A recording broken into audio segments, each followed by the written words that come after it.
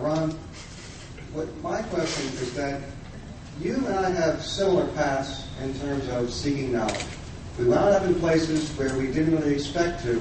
We found out we knew a lot more about what we thought we did, and then we found people that helped us find a path that enlightened us.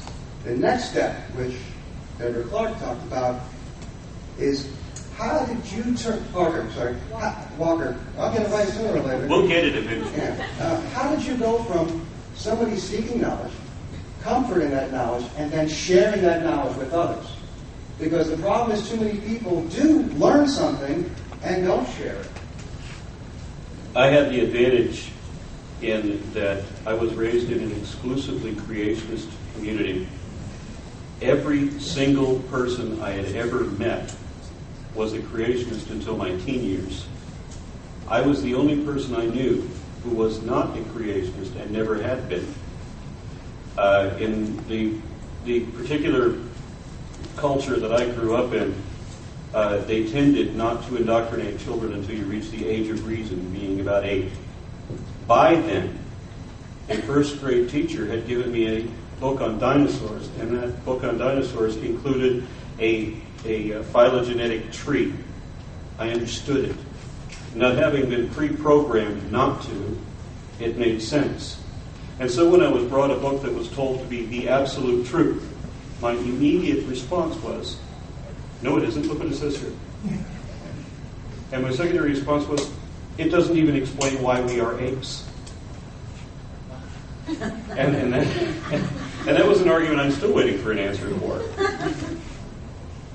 And as far as being comfortable in the knowledge, I'm only comfortable in the knowledge in that I tested, and to some degree it surpasses. The most advances I've ever made have been the moments when I was proven wrong and was forced to rethink, reconsider, and completely change my perspectives. It's happened 2 or 3 times. I argued against Big Bang cosmology and had my ass handed to me. I once argued, many of you I think have seen the video where I proved that humans are monkeys. Mm-hmm. Not just related to monkeys, not just descended from monkeys, not similar to them. We are monkeys. I had that argument from the other side. And again, got my ass handed to me.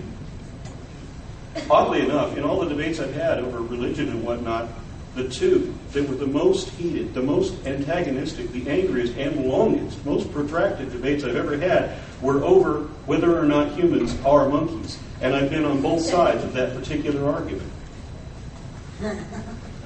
I'm only secure in my knowledge in as far as my knowledge proves itself. And I can't embrace it. But you went from making videos on YouTube for the fun of it, your joy, or maybe from your friends. Then you went to 30,000 subscribers in X amount of time. Mm-hmm. And how many people in your private life know that you do videos? That's where I was going with this. Okay. I think I have an answer to that. I felt politically motivated in that I live in Texas, where the powers that be, for lack of a better word to describe that collective that governs that state, were determined to lie to our children. In some cases, I was able to get people courting the Board of Education to admit to me that there were transitional species in the fossil record, but that they wanted to teach that there never were any transitional species in the fossil record, where a statement made by one person says there are very few, and then he says there are none. Which is the right answer? Well, we're going to teach that there are none. How can you teach that there are none? Because it's not as important what the facts are. It's only important that we convince the children to believe the way we want them to. That's what the government in my state is trying to do. To me, it doesn't matter what I want to believe. It only matters what is really true and how true it is. It's not a dichotomy. It's not is it true or is it false. Chances are it's going to be in the middle. And there's going to be an error in everyone's perspective. And if you can't admit that, that's the error. I'm sorry. I started ranting. No. Keep going. Don't stop. This girl, as a favor to my daughter, was going to go to New Mexico and pick up this car and drive it back.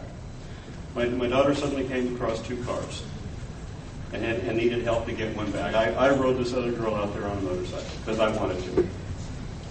And she asked me at some point along the road, I'm wearing a Darwin t-shirt as I'm on this bike, and she was from this little teeny town in South Texas where they were very religious, where they were taught things in church like dinosaurs didn't exist.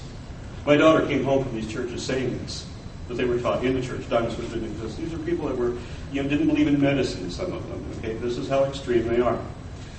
So this girl tells me that you can't prove evolutionism. I said, well, that's the first problem. You've been indoctrinated to death. It's not an ism. But yes, I can prove it. And she said, well, prove it then. And I said, well, I can't prove it standing here in a Denny's parking lot, but I will prove it. Just give me some time, we'll slap it together.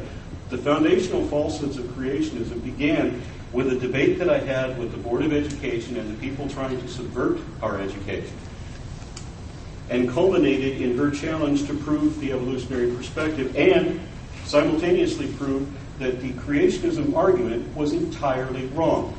They make statements of science that can be tested, and they have all invariably failed. So we can't teach them. In the debate that I had with these particular people on the Board of Education, they had a list of weaknesses of evolution that they wanted to teach. All of them were systematically proven wrong in my first post, but they didn't care. They wanted to teach it anyway, even though they know it's already been proven wrong. That's what motivated me. That's why I did the series. I'm sorry, I'm ranting too much. No, keep going. This is good. So I'm going to move to the next question.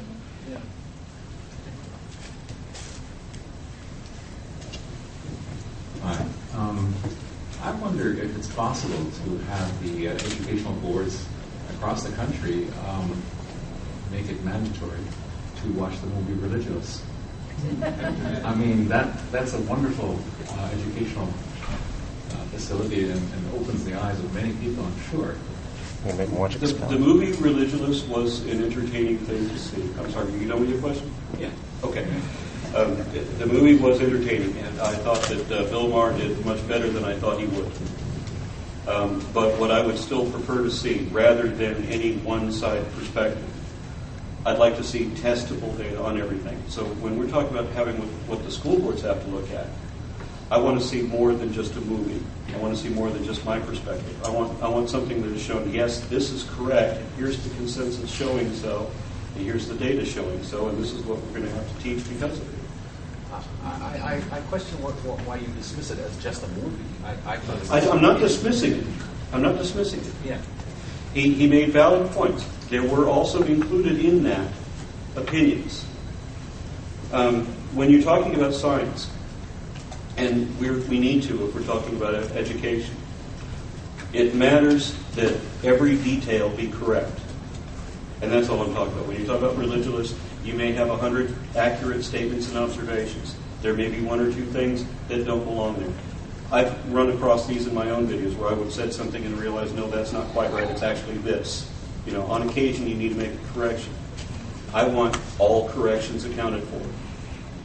They don't. No, they don't want any corrections. Granted. But then, of course, that's the difference between the way the science mind works and the way of a propagandist, where they just want you to believe a certain way. They will color it however they need to. I don't need to.